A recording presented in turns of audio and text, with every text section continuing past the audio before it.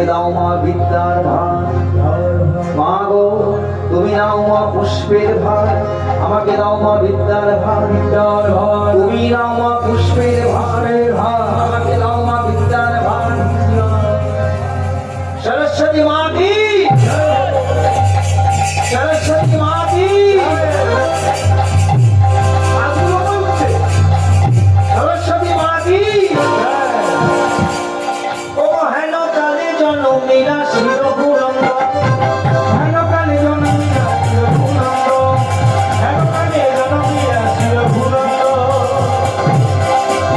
হেন কালে জনমিরা শিরপুরন্দ, আনন্দের সীমানায়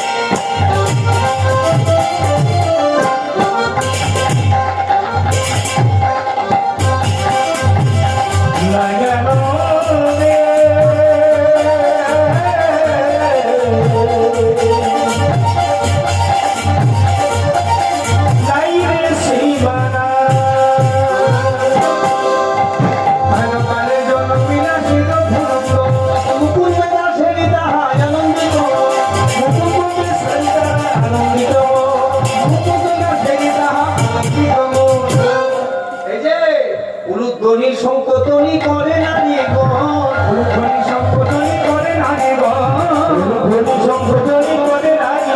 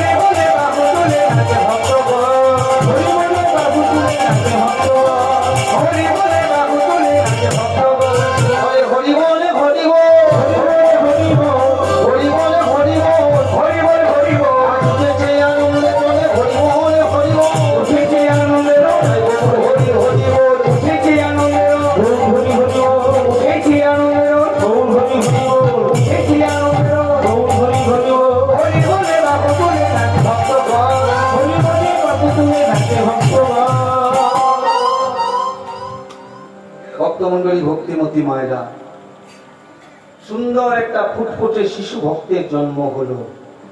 নাম কি রাখলো মা? রঘুনন্দন। এখনকার দিনের নামগুলো কেমন রাখে মা? হ্যাঁ, দেখুন আমার সম্প্রদায়ের নামগুলো শুনেছেন? এই যে ডাইনে খোল বাজাচ্ছে এর নাম গোবিন্দ, বাঁয়ে খোল বাজাচ্ছে এর নাম কৃষ্ণ, অর্গান বাজাচ্ছে ওর নাম গোপীনাথ, যে হারমোনিয়াম বাজাচ্ছে ওর নাম চণ্ডী, আর এই যে করতাল বাজাচ্ছে ওর নাম জগন্নাথ। তাহলে মায়েরা বুঝতে পারছেন সবগুলোই ভগবানের নাম। কেন রেখেছে বলুন তো? যদি ভগবানকে ডাকতে না পারি, সময় যদি না হয়, ছেলেগুলোকে ডাকলেই ভগবানকে ডাকা হয়। হরি বল। আর এখন কেমন নাম রাখছে? বাপ্পা, খাপ্পা, যে কোনো একটা নাম রেখে দিলে বলে। মনটা, এগুলো নাম সত্যি। মনটা নামটা শুনে হাসছেন। মনটা কার নাম জানেন? আমার নিজের মেয়ের নাম। আমার মেয়েটাকে মনটা বলে ডাকে সবাই, আমি ডাকি না, কিন্তু মনটা বলে সবাই ডাকে। মানে কত আদর করে নাম রেখেছে দেখুন। কিন্তু কত ভালো ভালো নাম ছিল। এত নাম থাকতে, হ্যাঁ, এই ছেলেটার নাম রেখেছে বিট্টু। কি নাম গো! আবার এখন কি নাম রাখছে জানেন? জামুলিয়া বাজারে প্রায় শুনতে পাওয়া যায়, যারা নন বেঙ্গলি তারা নাম রাখছে শনি। তো মা যদি শনিকে ডাকে, শনি আয়, শনি আয়, শনি আয়, শনি তখন কি করবে? শনি তখন সুরসুর করে ঘরের মধ্যে প্রবেশ করবে। ও মা, তাহলে শনি আসছে। নামগুলো দেখুন, আগেকার দিনে কেমন সুন্দর নাম রাখলো, রঘুনন্দন। মাগো, ছেলেটাকে প্রথমে কোলে নিল, আর কোলে নিয়ে কি করলো?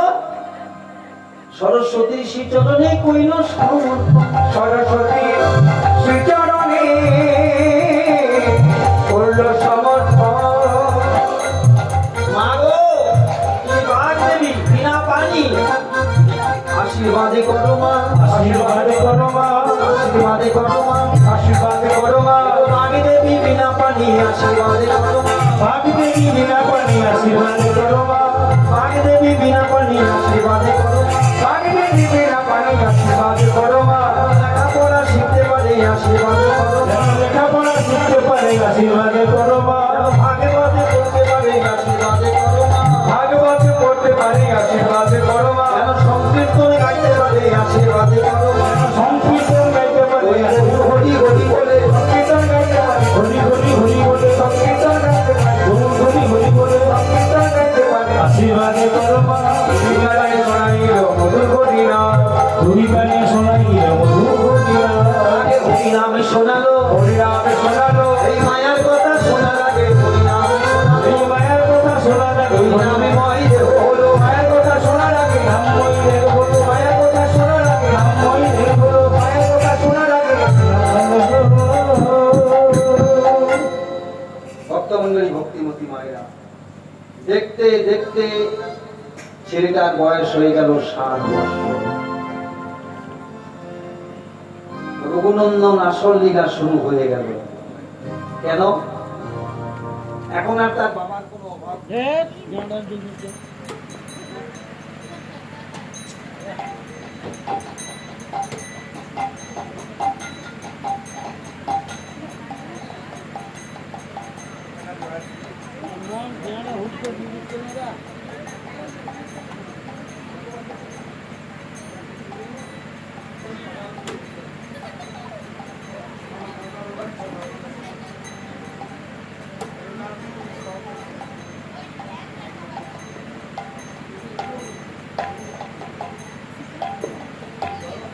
নিদায়, জয় নিদায়।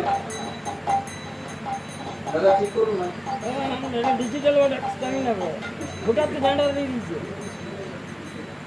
একটু দাঁড়ান। ঠিক আছে, নিদায়, জয় নিদায়। ওদার দুই কানে শোনাইল মধুর হরিনাম, দুই কানে শোনাইল মধুর হরিনাম। আগে হরিনামে শোনালো, হরিনামে শোনালো, এই মায়ার কথা শোনার আগে হরিনামে শোনালো, মায়ার কথা শোনার আগে নামে ময় দেহ হলো, মায়ের কথা শোনার আগে নামময় দেহ হলো, মায়ের কথা শোনার আগে নামময় দেহ হলো, মায়ের কথা শোনার আগে নাম শোনালো। দুই কানে শোনাইল মধুর হরিনাম, দুই কানে শোনাইল মধুর হরিনাম। দেখতে দেখতে ছেলেটা 7 বছরের হয়ে গেল। এখন আর তার বাবার কোনো আসলে ভোর 3টের সময় উঠে মুকুন্দ কবিরা 3টে থেকে 5টা পর্যন্ত ওরা কি করে? 3টে থেকে 5টা পর্যন্ত প্রত্যেক দিন ভাগবত পাঠ করে। 5টা থেকে 7টা পর্যন্ত গোপীনাথের পুজো সেবা, আর 7টা থেকে বেরিয়ে পড়ে বিনা পয়সায় গরিব দুঃখীদের চিকিৎসা। মায়েরা, গল্প নয়। দেখুন, আজকেও ভাগবত পাঠ শুরু হয়েছে। কোনদিন তার শ্রোতা হয় না, শোনার লোক হয় না। মাঘ মাসে বা 3টের সময় গিয়ে ভাগবত শুনতে আসবে, এত ভক্তি ভাব আছে। কিন্তু আজকে তার একটা শ্রোতা হয়েছে, কে? তার নিজের ছেলে রঘুনন্দন। রঘুনন্দন যখনই এসে পিছনে বসেছে, এই রঘু, তুই কি করবি রে? ভাগবত শুনবি? আরে ভাগবত শুনবি কি তোর ঠান্ডা লেগে যাবে যে? শুনবি? তবে দাঁড়া, তোর গায়ে আগে ভালো করে চাদরটা দিয়ে দিই।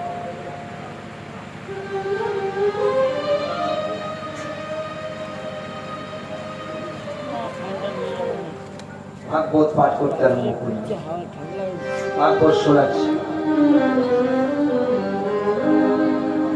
নিগম কল্পতরু গলিতাং ফলং গলিতাং ফলং শুকমুখাদম বিদদব সমিদিতম সঙ্গীতম পিবত ভাগবতম রসমালয়ম রসমালয়ম মুহুরহু রসিকা ভুবি ভাবুকা। রাধে। আরে ভাগবত শুনতে কেমন লাগলো? ভালো লেগেছে? আরে মানে কিছু বুঝেছিস? বুঝলি না? তাহলে আমি তোকে মানেটা ভালো করে বুঝিয়ে দিচ্ছি। আমি তোকে ভাগবতের একটা ছোট্ট কাহিনী শোনাচ্ছি, শোন। তোর মতো একটা ছোট্ট শিশু ছিল, মায়েরা, নাম কি ছিল তার? প্রহ্লাদ। তার নাম ছিল প্রহ্লাদ। সে ভগবান ছাড়া কিছু জানতো না, আর তার বাবা ভগবানকে মানত না। একদিন প্রহ্লাদের বাবা হিরণ্যকশিপু বললেন প্রহ্লাদকে, আরে তুই তো বলি সব জায়গায় হরি আছে, এই স্তম্ভের মধ্যে দেখাতে পারবি হরিকে? প্রহ্লাদ তখন স্তব করলেন, আর হরির ভেতর থেকে নরসিংহ রূপ ভগবান বেরিয়ে প্রহ্লাদের বাবাকে উরুর মধ্যে রেখে লতাকাকে উরুর বিদগ্ধ করে প্রহ্লাদকে ভক্তি রাজত্ব দান করেছিল। মায়েরা এই কথাটা ভালো করে শুনবেন। যেটা শিক্ষা দিচ্ছে বাচ্চাটাকে, বাচ্চাদেরকে যা শেখাবেন তাই শিখে। এই রঘুনন্দনকে বলছে, বাবা রঘু রে, তুইও যদি গোপীনাথকে ডাকার মতো ডাকতে পারিস, তবে একদিন না একদিন গোপীনাথ তোর ডাকে সাড়া দেবেই। তুই যদি গোপীনাথকে ডাকার মতো ডাকতে পারিস, গোপীনাথ তোর হাতে ক্ষীরের নাড়ু সেবা করবে। এই যে বলে দিল মা, গানে তার ঢুকে গেল।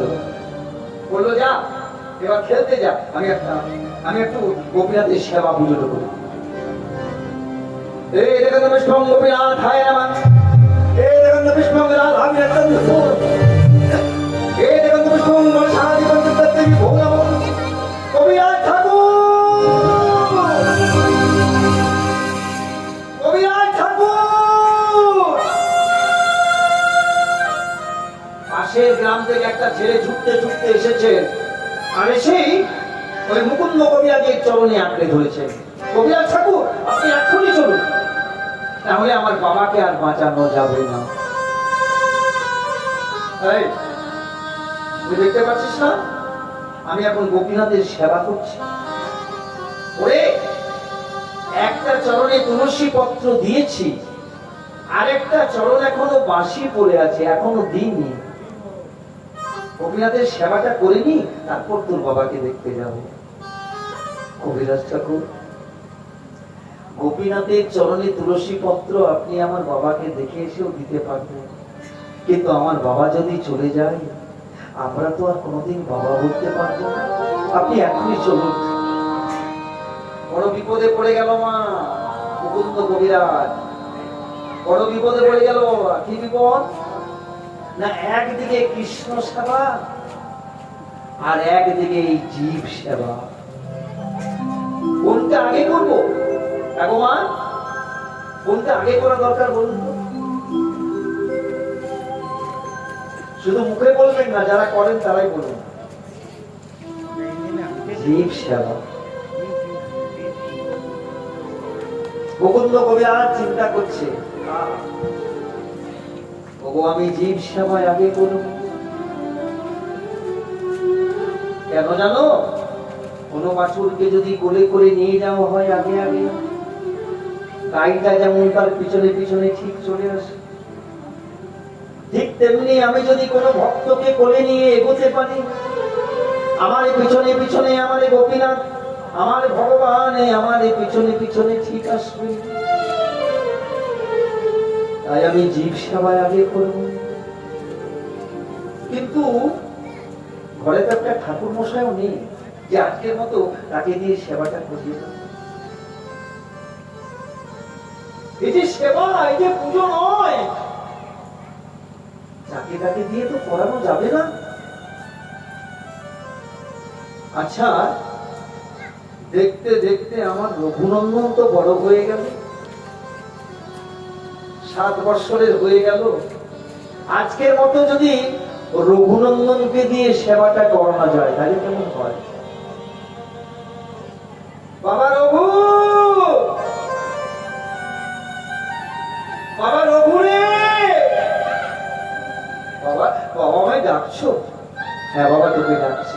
আরে আজকের মতো গোপীনাথের সেবাটা তুই করে দিবি? বাবা, আমি তো জানি না কেমন করে সেবা করতে হয়, কেমন করে পুজো করতে হয়। তুমি তো প্রত্যেকদিন ওই গোপীনাথের সেবা করার সময় দরজাটা বন্ধ করে দাও। আমি তো জানি না।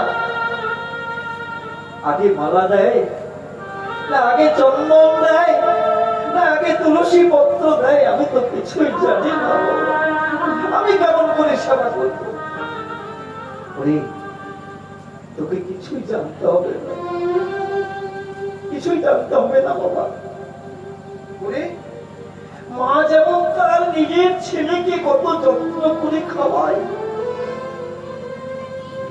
ঠিক তেমনি করে তুই আমার গোপীনাথের সেবা দিবি বাবা।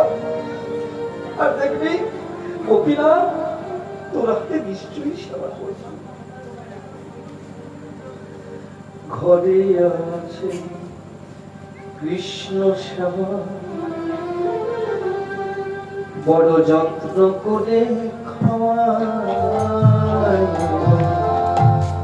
ঘরে আছে কৃষ্ণ সেবা, যত্ন করে খাওয়াইবা। ওরে মা যেমন তার নিজের ছেলেকে কত যত্ন করে সেবা দেয়, তুই ঠিক তেমনি করে আমার গোপীনাথের সেবা দিবি। অযতনে সেবা দিও না, অযতনে সেবা দিও না। সে যে বড় আদরিয়া, আদরে ধীরে তাকে অযতনে সেবা দিও না। আদরিয়া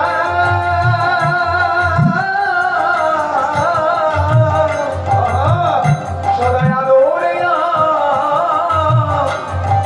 আদরে সে যে অনাদরে থাকবে কেন? আদরিয়া আদরে অনাদরে থাকবে কেন? আদরিয়া আদরে অযতনে সেবা দিও না। ঘরে আছে কৃষ্ণ সেবা,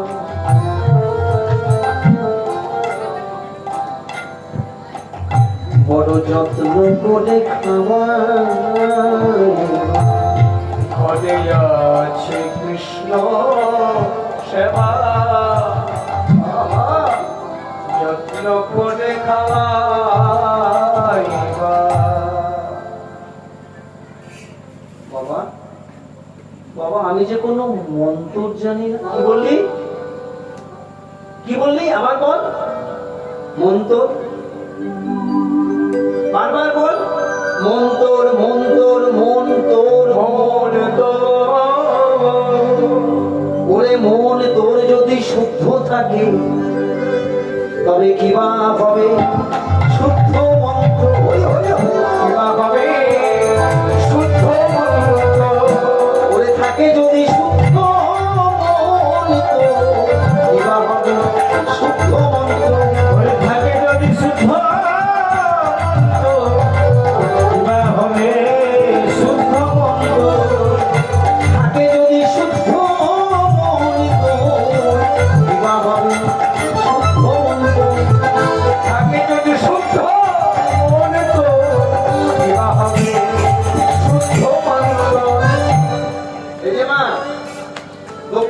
মন্দিরে গেছেন কলকাতা? কেউ গেছেন এখানে? যদি যান দেখবেন দক্ষিণেশ্বর মায়ের মূর্তির পিছনে একটা রাধা কৃষ্ণ মূর্তি রাখা আছে, এখনো রাখা আছে। তখনকার দিনে ব্রাহ্মণ সমাজ বিধান দিলেন মূর্তিটার একটু পা ভেঙে গেছিল। ব্রাহ্মণ সমাজ বিধান দিলেন রানীর আসমনির কাছে, রাসমণি এই এই যে বিগ্রহটা আছে এটা পরিবর্তন করতে হবে, চেঞ্জ করতে হবে। রানীর আসমণি গেলেন ঠাকুর রামকৃষ্ণের কাছে, বলে ঠাকুর ব্রাহ্মণ সমাজ চাইছে, মূর্তির পা ভেঙে গেছে, মূর্তিটাকে বদল করতে চাইছে। ঠাকুর রামকৃষ্ণ বললেন, রানীর আসমণি তোমার তো এতগুলো জামাই, তোমার যদি একটা জামাইয়ের পা ভেঙে যায় তাকে কি গঙ্গায় ফেলে দিয়ে পরের দিন নতুন জামাই নিয়ে আসো?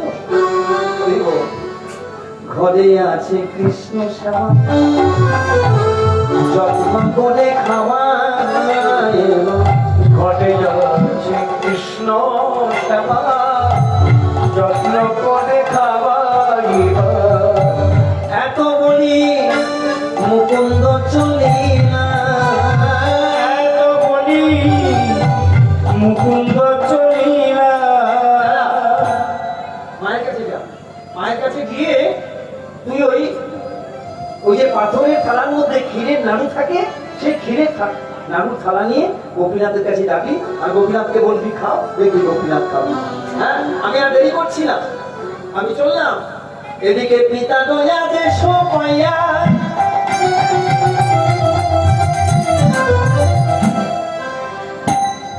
আজ পূজার সামগ্রী লইয়া, পিতা দয়া দেশ পাইয়া,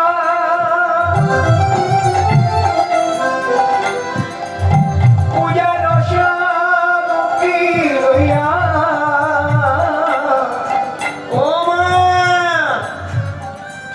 মা গো, আজকে আমি পুজো করবো। হ্যাঁ, কে বলেছে তুই পুজো করবি? না, বাবা বলেছে আমি পুজো করবো। তোর কোনো মন্ত্র তন্ত্র কিছু জানিস না, বলছিস পুজো করবো? না, বাবা বলেছে মন্ত্র লাগবে না, তুমি আমাকে ক্ষীরের নাড়ু থালা দাও তো, আমি এক্ষুনি গিয়ে পুজো করবো গোপীনাথ। রঘুনন্দনের মা চিন্তা করছে, জানি না এরা বাপ বেটা মিলে কি শুরু করেছে। হে গোপীনাথ, এরা যদি কিছু অপরাধ করে সেই অপরাধটা যেন আমার হয়, আমার ছেলের না হয়। মা তো সবসময় ছেলের মঙ্গল চায়। নে, জানি না বাবা তোরা কি করবি। মায়েরা কোন লীলার মধ্যে এরকম দেখতে পাবেন না। এই যে লীলা মা পাথরের থালা নিয়ে চলে যাচ্ছে ছোট্ট রঘুনন্দন, 7 বছরের ছেলে আপনাদের বাড়িতেও আছে, আমাদের বাড়িতেও আছে, টলতে টলতে যাচ্ছে।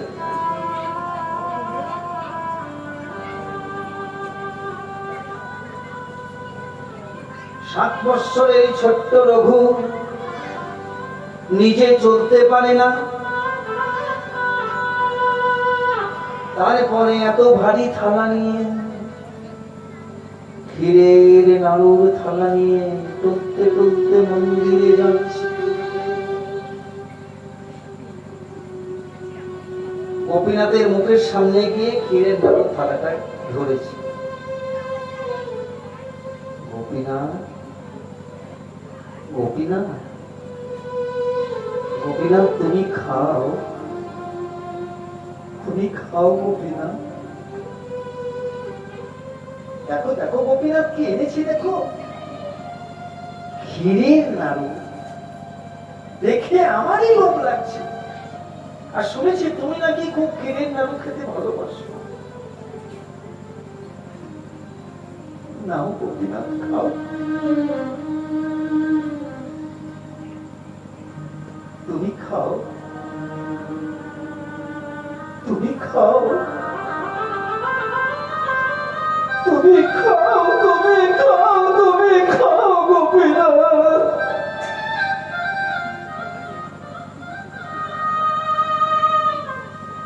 তুমি খাবে না?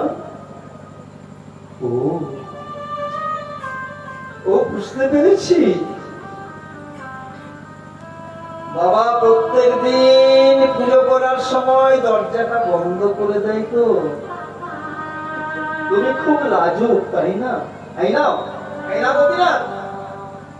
আমি দরজাটা ভালো করে বন্ধ করে দিলাম।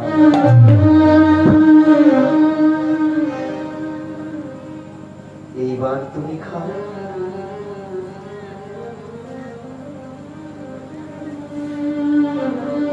মন্দিরের মধ্যে তুমি আর আমি, আমি আর তুমি, আর কেউ নেই। গোপীনাথ, তুমি খাও, তুমি খাও, তুমি খাও, তুমি খাও, তুমি খাও।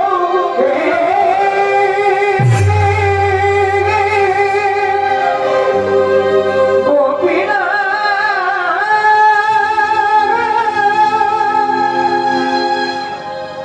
ও গোপীনাথ, ও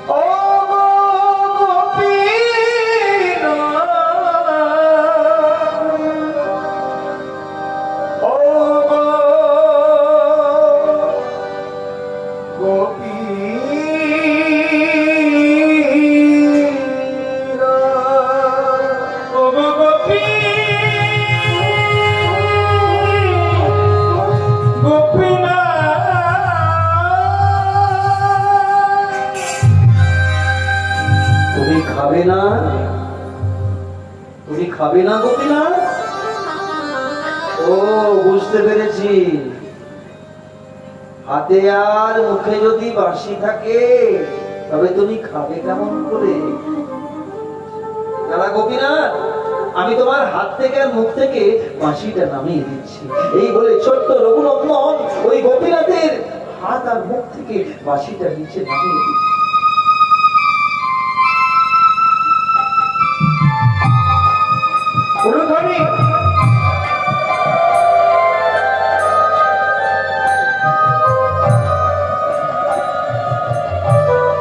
এবার খাও।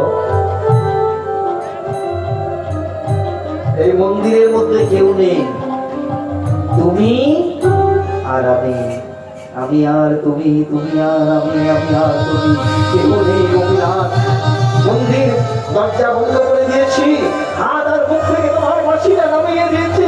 এবার তুমি খাও, এবার তুমি খাও, তুমি খাও। গোপীনাথ,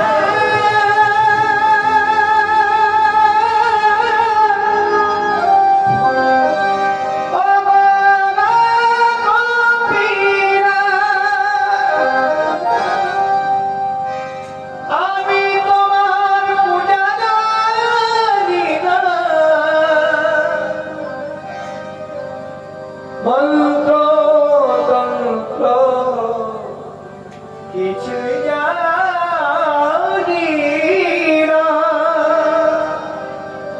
না জানি তোমার সাধন ভজন, না জানি পূজার জন। হে গোপীনাথ বলে সদা ডাকি, ও গোপীনাথ, ও গোপীনাথ,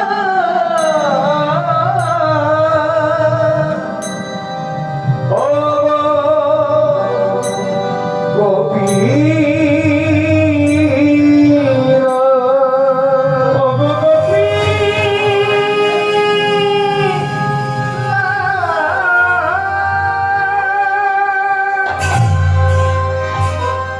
মায়েরা চোখের জলগুলো মুছে দেবেন না। এই চোখের জল একেবারে যেন ভগবানের চরণে পৌঁছে যায়। যেমন করে এই ছোট্ট ছেলেটা এত কাঁদছে, চোখের জলে বুক ভাসিয়ে দিচ্ছে, মন্দির প্রাঙ্গণ বেঁচে যাচ্ছে। তুমি খাবে না? বুঝতে পেরেছি। আমার বাবা তোমাকে সাজাতে সাজাতে চলে গেছে, তাই তুমি খাচ্ছ না। একটা চরণে তুলসী পত্র দিয়েছে, আর একটা চরণ এখনো বাসি পড়ে আছে, তাই তুমি খাচ্ছ না। ও গোপীনাথ, আমি তোমায় সাজাবো, তবে আমি তো বাবার মতো মন্ত্র বলে সাজাতে পারবো না। আমি আমার মতো করে তোমাকে সাজাবো। তুমি সাজো গোপিনা, তুমি সাজো, আমি তোমাকে সাজাবো। কেমন করে জানো?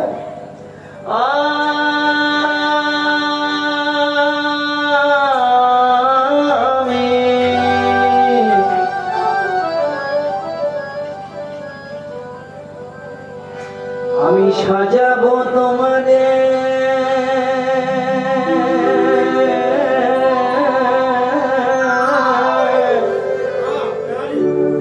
মগন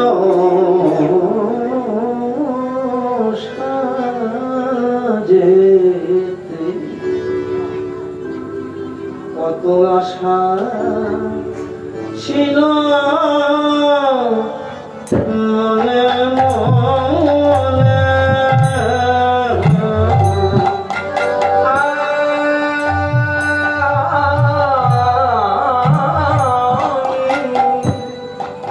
সাজাবো তোমারে মগন সাজে, বড় আশা ছিল মনে মনে।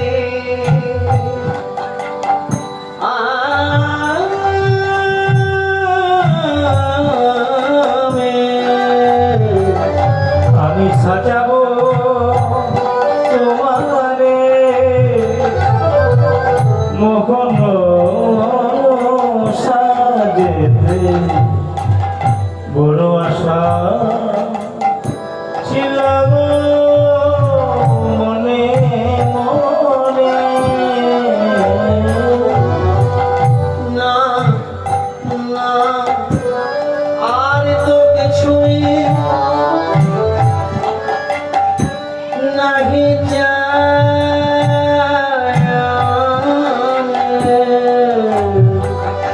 আর তো কিছুই নাহি চায়,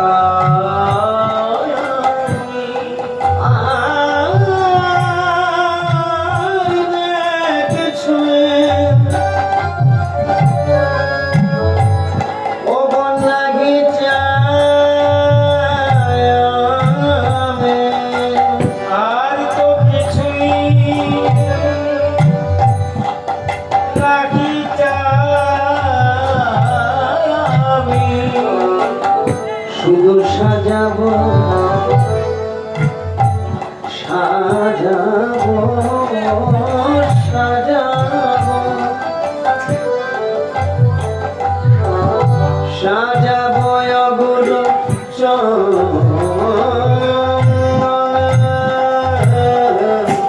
সাজাবো তোমারে মগন সাজে, আশা ছিল মনে মনে। সাজাবো তোমারে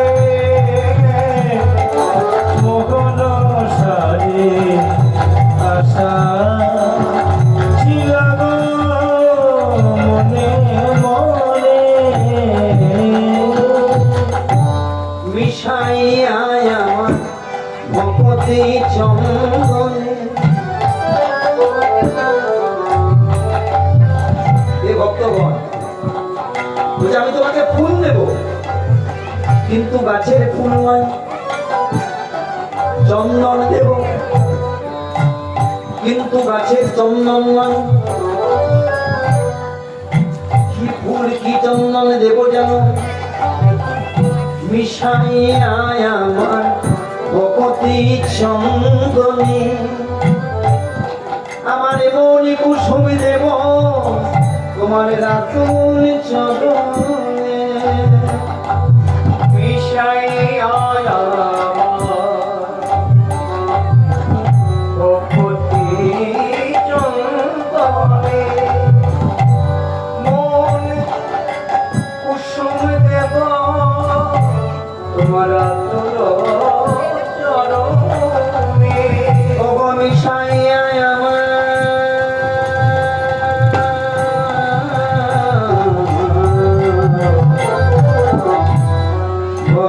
রাতে জলে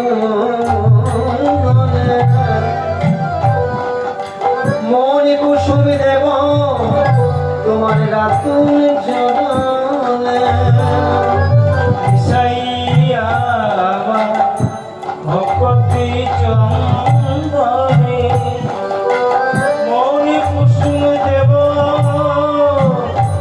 তোমার রাতুল চরণে আর নয়নে দুজনে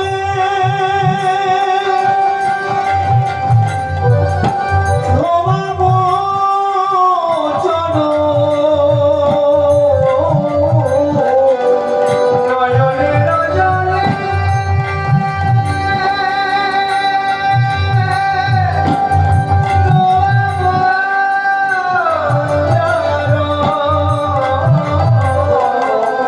নয়নে দুজনে ঘুমাবো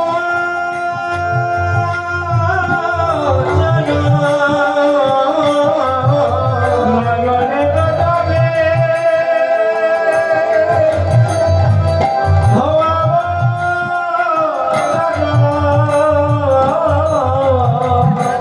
শুধুই এই আশা ছিল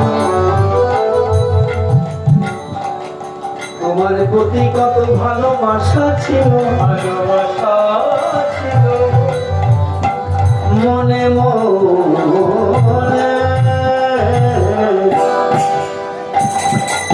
সাজাবো তোমারে মোহন সাজে বড় আশা ছিল আমি সাজাবো আমি সাজাবো আমি সাজাবো আমি সাজাবো আমি সাজাবো আমি সাজাবো আমি সাজাবো আমি সাজাবো আমি সাজাবো সাজাবো সাজাবো সাজাবো সাজাবো সাজাবো সাজাবো সাজাবো আমি সাজাবো সাজাবো সাজাবো সাজাবো সাজাবো সাজাবো সাজাবো সাজাবো সাজাবো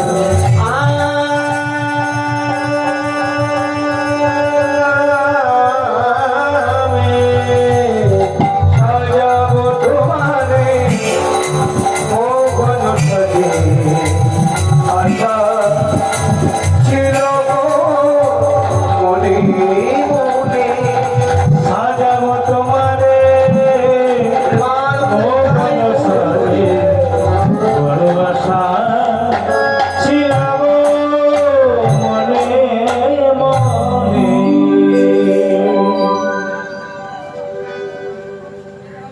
এবার তুমি খাও গোপীনাথ গোপীনাথ এবার তুমি খাও দরজা বন্ধ করে দিয়েছি হাত আর মুখ থেকে বাঁশিটা নামিয়ে দিয়েছি বাবা তোমাকে সাজাতে সাজাতে চলে গেছে আমি তোমাকে সাজিয়ে দিয়েছি তুমি খাও তুমি খাও তুমি খাও খাও খাও গোপীনাথ তুমি খাও আমি অধম আমি তোমার পুজো জানি না আমি কেমন করে কৃষ্ণ সেবা করতে হয় আমি জানি না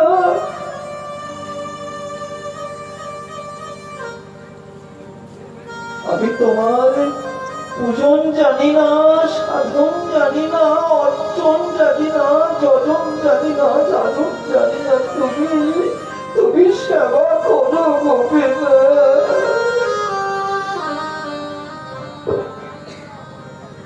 ও গোপীনাথ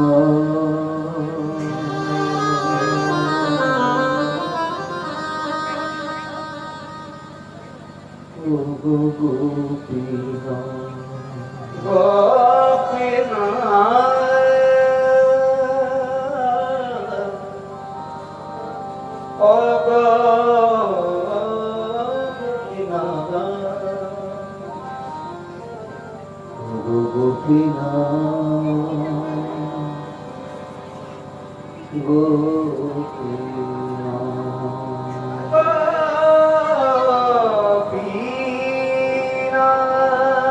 তুমি যদি না খাও, এই কালো মুখ আমি আমার মা বাবাকে আর দেখাবো না। এই তোমার মন্দিরে মাথা ঠুকরে ঠুকরে আমি আমার মৃত্যু বরণ করব।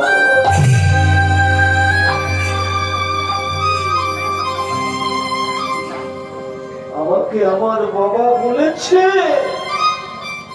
যে তোমার কাছে কাঁদলেই নাকি তুমি খাবে। তুমি এখনো আসছো না গোপীনাথ, আমি মাথা ঠুকবো। এই বলে তখনই গোপীনাথ গোপীনাথ গোপীনাথ বলতে বলতে মাথা ঠুকতে আরম্ভ করলো। মন্দির প্রাঙ্গণ ওই ছোট্ট ছেলেটার রক্তে কাদা হয়ে গেল। গোপীনাথ মনে মনে চিন্তা করছে, এখন যদি না যায় আমাকে আর ভক্ত বৎসল কেউ বলবে না, আমাকে দয়াময় কেউ বলবে না।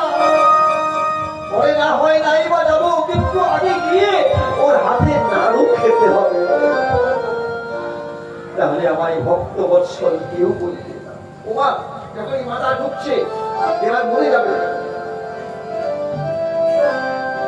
অসম্ভব সম্ভব হয়ে গেল। মা মূর্তির ভেতর থেকে একটা হাত বেরিয়ে এলো, আর মুখে ওরে রঘুনন্দন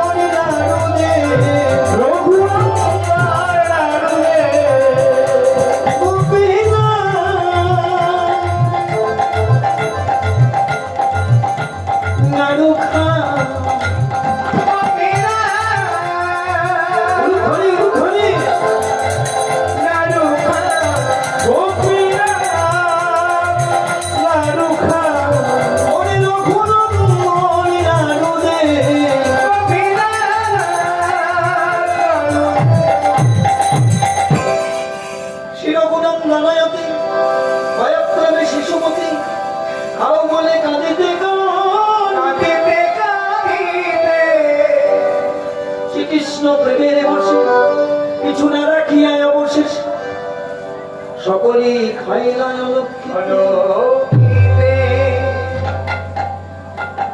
ছোট্ট ছেলেটা বলছে, গোপীনাথ ও গোপীনাথ, তোমাকে তো কোনোদিন এত বড় নাড়ু খেতে দেখি। সবাই তো তোমাকে বাবাজি প্রত্যেকদিন পুজো করে, বাবা তো নাড়ুগুলো ফেরত নিয়ে যায়, তুমি মনে হয় এক দুটো খাও। বলে ঠিক বলেছিস। বলে রঘুনন্দন, কোনোদিন আমি এতগুলো নাড়ু খাই না, আজকে কেন খেলাম জানিস? সবাই আমাকে সোনার থালাই দেয়, রূপোর থালাই দেয়, শোন সবাই দেয়, মঠে মন্দিরে পুজো দেয় বটে, কিন্তু তোর মতো চোখের জলে আমার কেউ ডাকে না। চোখের জলে আমায় কেউ ডাকে না, আমায় মন্ত্রে তন্ত্রে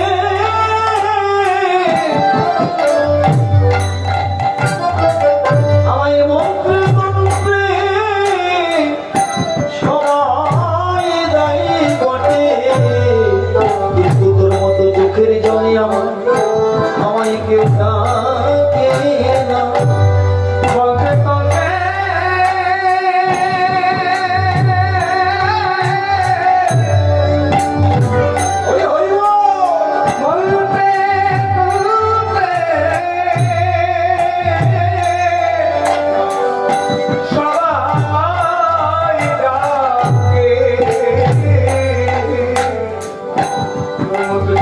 জলে আমার কেউ ডাকে না। ওরে রঘুনন্দন, আমি যে গীতায় বলেছি, গীতায় আমি প্রতিজ্ঞা করেছি, ভালো করে শুনে নেবেন মায়েরা। পত্রং পুষ্পং ফলং তোয়ং जो मे भक्ता प्रजच्छति तदहं भक्तय मशामि प्रजतात्मनः। এটা মানে কি? কোন ভক্ত যদি ভক্তি ভাবে আমায় একটা ফল দেয় আমি তাই গ্রহণ করি। আবার কোন ভক্ত যদি ফল না পেয়ে একটা ফুল দেয় আমি তাই গ্রহণ করি। আবার কোন ভক্ত যদি ফল না পেয়ে ফুল না পেয়ে আমায় এক কুণ্ডুষ জল দেয় নম গোবিন্দায় নম বলি আমি তাই পান করি রে আমি তো দেখি না কে আমায় সোনার থালায় দিল বড় বড় রাজভোগ দিল ক্ষীর সন্দেশ মাখন দিল আমি কি দেখি জানিস যে দিচ্ছে তার চোখে জল আছে কি আছে ওরে মূর্খ বদতি বিষ্টায় ধীর বদতি বিষ্ণু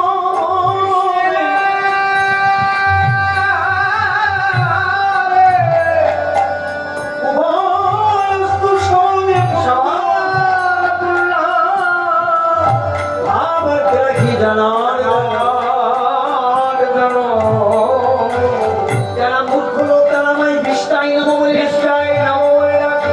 আর যারা পণ্ডিত মানুষ তারা বলে নম বিষ্ণবে নম। কিন্তু আমি তো তাদের বলা দেখি না। আমি কি দেখি জানিস যে বলছে তার এই বুকে অনুরাগে মেশানো আছে কি সবাই আমায় দেয় কিন্তু তোর মতো চোখের জলে ভিজানার আমায় কেউ তো দেয় না। তোর মতো ভিজানার বাবাই কেউ তো দেয় না। চোখের জলে ভিজানার আমায় কেউ তো দেয় না।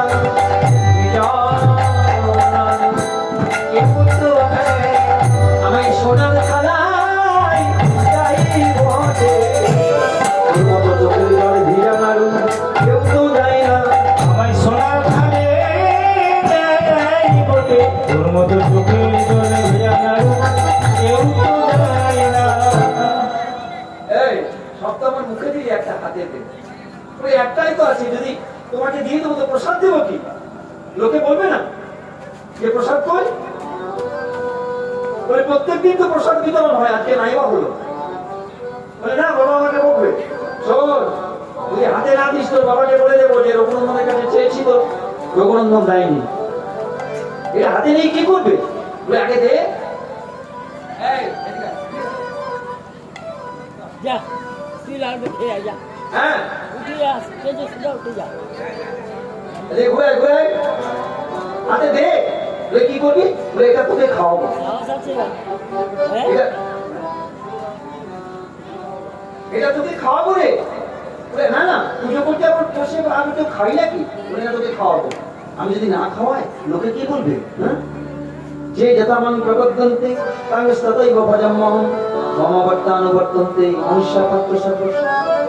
আমি খাবো না খাবি না এই বলে গালটা টিপলো গালটা টিপেছে মুখটা হা হয়ে গেছে আর সঙ্গে সঙ্গে ওই ছেলেটার মুখে ঢুকিয়ে দিয়েছে ওরে রঘুনন্দন নারুখা রঘুনন্দন নারুখা রঘুনন্দন নারুখা রঘুনন্দন নারুখা রঘুনন্দন নারুখা রঘুনন্দন নারুখা।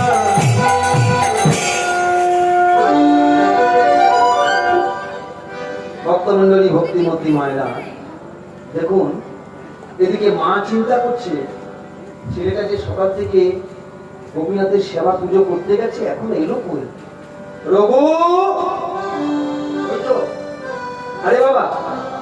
থালাটা খালি কেন? ওমা, গোপীনাথ নাড়ু খায়? দেখি তো, হাঁ করতে দেখি।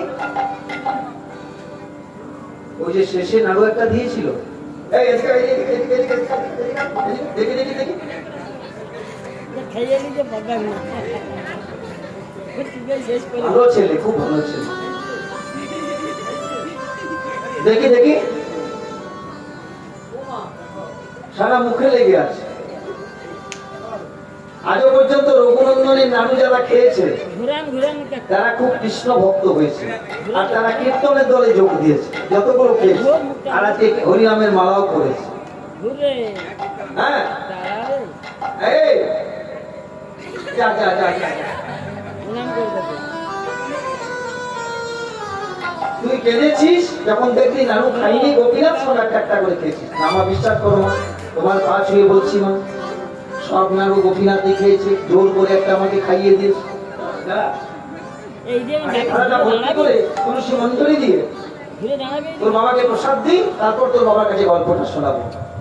এদিকে পিছনের দরজা দিয়ে তার বাবা এসে গেছে। আসিয়া মুকুন্দ দাস কহে বালকের পাশ, আসিয়া মুকুন্দ দাস কহে বালকের পাশ। আসিয়া মুকুন্দ দাস কহে বালকের পাশ। প্রসাদ নৈবেদ্য আনো দেখি, আনো দেখি, আনো দেখি। প্রসাদ নৈবেদ্য আনো দেখি, আনো দেখি, আনো দেখি। আমি দেখিব কেমন পূজা দিয়ে, আমি দেখিব কেমন পূজা দিয়েছি, দেখিব কেমন পূজা দিয়েছি, দেখিব কেমন পূজা দিয়েছি। প্রসাদী পত্র গন্ধ আছে কিনা, দেখিব কেমন পূজা দিয়ে। প্রসাদের পত্রে গন্ধ আছে কিনা, দেখিব কেমন পূজা দিয়েছি। প্রসাদ নৈবেদ্য আনো দেখি, আনো দেখি, আনো দেখি। কোনো যেটা আপনি ভোগ লাগান সেটা যদি পদ্ম ফুলের মতো গন্ধ পেমা, তাহলে জানবেন গোবিন্দ সবাই লেগেছে। ও বাবা, তুমি প্রসাদ নেবে? মা ভরতে গেছে। ভরতে গেছে মানে প্রসাদ কি বিতরণ করতে করতে সব শেষ হয়ে গেছে। বলে বিতরণ, আজকে তো সব নাড়ু গোপীনাথ খেয়ে দিই। এই, বাবার কাছে মিথ্যে কথা বলতে হবে? দেড়টা ঘটি বাবা বিশ্বাস করবো, তোমার পা ছুঁয়ে বলছি, সব নাড়ু গোপীনাথ খেয়েছে, একটা নাড়ু জোর করে আমাকে খাইয়ে দিয়েছে। তোমরা বিশ্বাস করতে চাইছো না? নাই আবার থাকতে হবে। মনে মনে চিন্তা করছে মুকুন্দ কবিরাজ, হতেও পারে যে ছেলেটা 7 বছর বয়স থেকে ভাগবত শুনতে পারে, হ্যাঁ হতেও পারে, কিন্তু এভাবে তো প্রচার করা চলবে না, লোকে আমাকে বলবে ভণ্ড। হ্যাঁ, তাই আমি একটু পরীক্ষা করে নিই। তাই পরের দিন আবার রঘুনন্দনকে দিয়ে বললো, বাবা রঘুনন্দন, আজকের দিনটা গোপীনাথের সেবাটা তুই কর। না বাবা, আমি তোমার গোপীনাথের সেবা করতে পারবো না। তোমার গোপীনাথ বড় নিষ্ঠুর, কত ডাকতে হয়, কত কাঁদতে হয়, তবু আসতে চাই না, আমি সেবা করতে পারবো না। তাই ঘরের ঠাকুর গোপীনাথ এরকম বলতে আছে, যা সেবা কর। আজকেও আবার ক্ষীরের নাড়ুর থালা নিয়ে চলে যাচ্ছে মন্দির। আর কি বলছে গোপীনাথকে? আবার ডাকবে। ও গো গোপীনাথ পানো ও গো গোপীনাথ করো ও গো গোপীনাথ করো। ও গো গোপীনাথ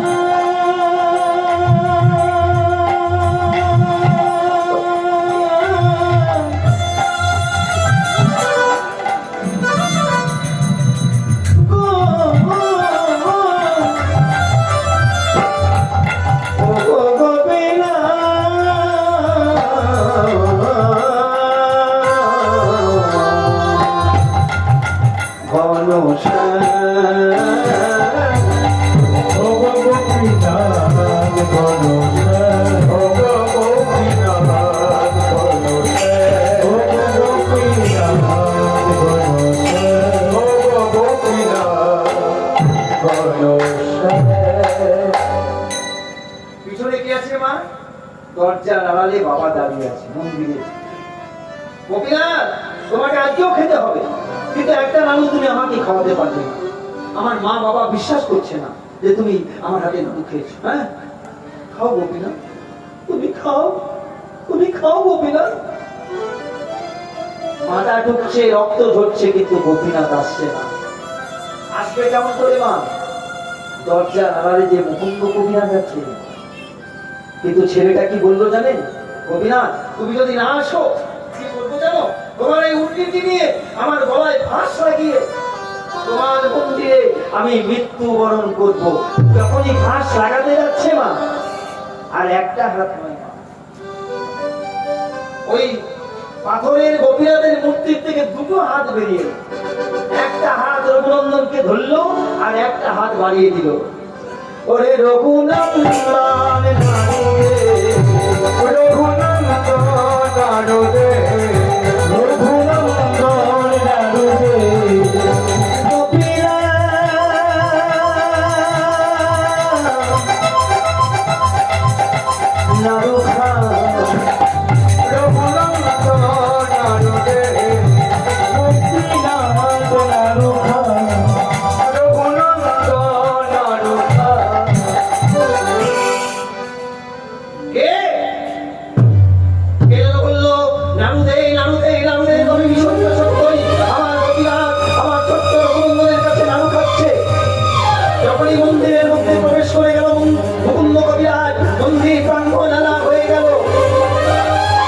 কৃষ্ণায় বাসুদেবায় বাসুদেবায় হরে পরমাত্মনে প্রণতক্লেশনাশায় গোবিন্দায় নমো গোবিন্দায় নমো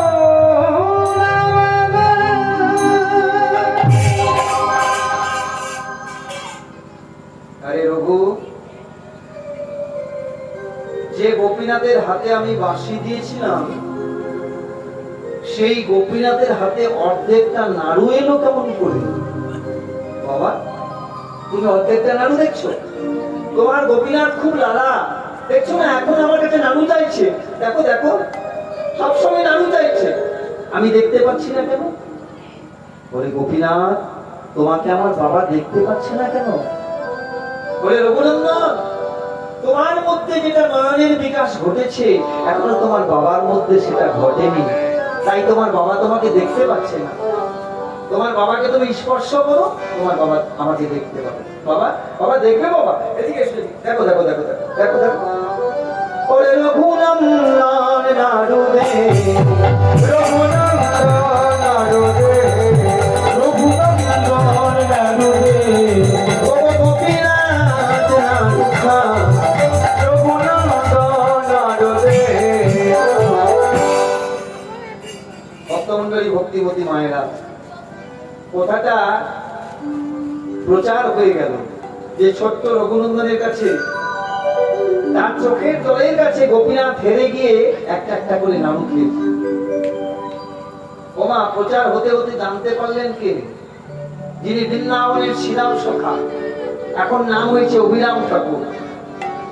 সবার মায়ের গর্ভে জন্ম নিয়ে এসেছে, কিন্তু এই অভিরাম ঠাকুর সরাসরি দেহ নিয়ে এসেছে। এটা একটা গোপন তথ্য, জেনে রাখুন। হ্যাঁ, এসেছেন আর তিনি বলছেন, এই যে অভিরাম ঠাকুর ভয়ঙ্কর প্রণাম ছিল তার। এই যে বাঁকুড়ার বিষ্ণু মন্দির আছে না, এই বিষ্ণুপুরে যে মদন মোহনের মন্দির আছে, সেই মদন মোহন এই অভিরাম ঠাকুরের এক প্রণামে অঙ্গ বেঁকে গেছিল। কোন কোন বিগ্রহের দেহ থেকে রক্ত ঝরতে থাকে, এমন ভয়ঙ্কর প্রণাম। আর একে বলছে, আমি গিয়ে ওই ছোট্ট রঘুনন্দনকে প্রণাম করব, যদি সত্য নাড়ু খাইয়েছে তবে বেঁচে থাকবে, নাহলে সঙ্গে সঙ্গে মরে যাবে। আমি যাবো, চলো। পূরবে শ্রীরাম এবে অভিরাম, শিখণ্ড গ্রামেতে আসি।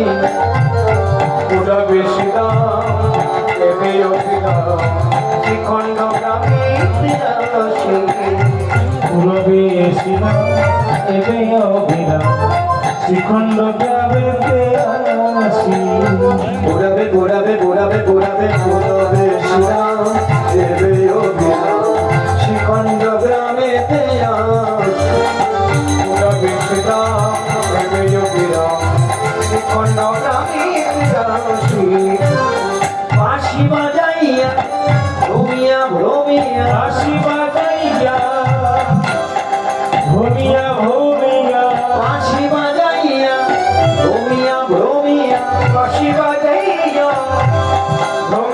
ধমিয়া মহাদেব কুঞ্জ আসি আসি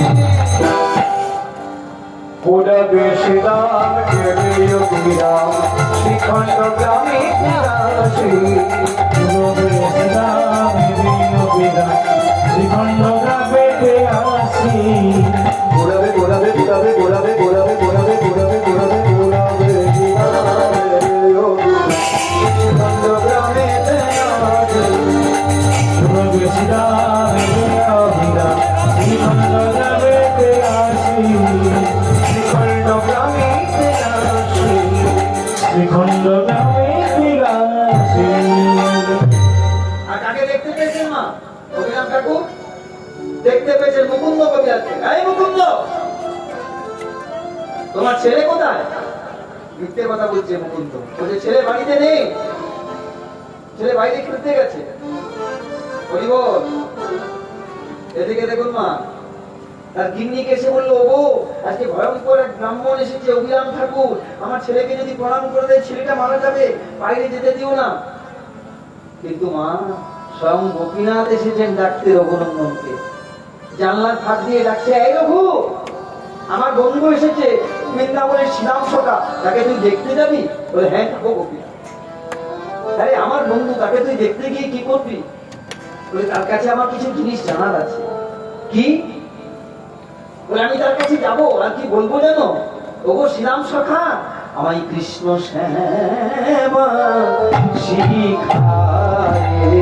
দাও, কৃষ্ণ সেবা শিখায়ে দাও। তুমি বৃন্দাবনের শ্রীরাম সখা, কৃষ্ণ সেবা ভালো জানো, বলবো কৃষ্ণ সেবা শিখায়ে কৃষ্ণ সেবা শিখায়ে দাও। তাহলে চল ওমা, গোপীনাথের সঙ্গে গিয়ে আছাড় খেয়ে পড়লেন অভিরাম ঠাকুরের চরণ যুগলে। ঠাকুর প্রণাম। এই কে তুই? আমার নাম রঘুনন্দন। এই তুই গোপীনাথকে নাড়ু খাইয়েছিস? ওখানে আমার কি সাধ্য আছে তোমার বন্ধু গোপীনাথকে নাড়ু খাওয়াবার? তোমার বন্ধু গোপীনাথ আমার কাছে কৃপা করে আমার হাতে নাড়ু সেবা করেছে। এই আমার বন্ধু যে গোপীনাথ, তুই কি করে জানলি? তোমার বন্ধু গোপীনাথই আমাকে সব কথা বলেছে। ও বেটা একবারে হাড়ির খবর নিয়ে এসেছে। কিন্তু আরে বৃষ্টি কোথায় যে চিড়ে ভিজবে না বাবা। তুই দাঁড়া, আমি তোকে প্রণাম করবো। তুই যদি বেঁচে থাকিস তাহলে জানবো সত্য সত্যই তুই নাড়ু খাইয়েছিস আমার বন্ধুকে। একবার দুবার নয় মা, 7 বার প্রণাম করি। এতে কবলিয়া প্রণাম করিয়া তুই 4 5 7, এতে কবলিয়া প্রণাম করিয়া তুই 4 5 7, এতে কবলিয়া প্রণাম করিয়া তুই 4 5 7, এতে কবলিয়া দুই চার পাঁচ সাত। তবু নাহি মনে দেখো কাটা হারে, নাহি মনে কাটা হারে, তবু নাহি মনে দেখো কাটা হারে, তবু নাকি বলে দেখো কাটা হারে। অভিরাম লইল কাঁধে কাঁধে কাঁধে। কোনো বেশি না শ্রীখণ্ড গ্রামে আসি, পুরবে শ্রীরাম রঘুরাম শ্রীখণ্ড গ্রামে আসি, পুরবে শ্রীরাম রঘুরাম শ্রীখণ্ড গ্রামে আসি। যখন বললো না মা, অভিরাম ঠাকুর সারা গ্রাম কাঁধে নিয়ে ঘুরলো। যে জায়গাটায় বসলো সেই জায়গাটার নাম বড়ডাঙ্গা। সেখানে এখনো বড় বড় কীর্তনের অনুষ্ঠান হয়। যেখানে রঘুনন্দনের কাকা নরহরি সমাধি পর্যন্ত রয়েছে। এই ছেলেটা কে? আগো বলছে এই ছেলেটা কে জানো? আহা ব্রজে নে অনঙ্গ ধরিয়া অঙ্গ, ব্রজে নে অনঙ্গ ধরিয়া অঙ্গ, ব্রজে নে অনঙ্গ ধরিয়া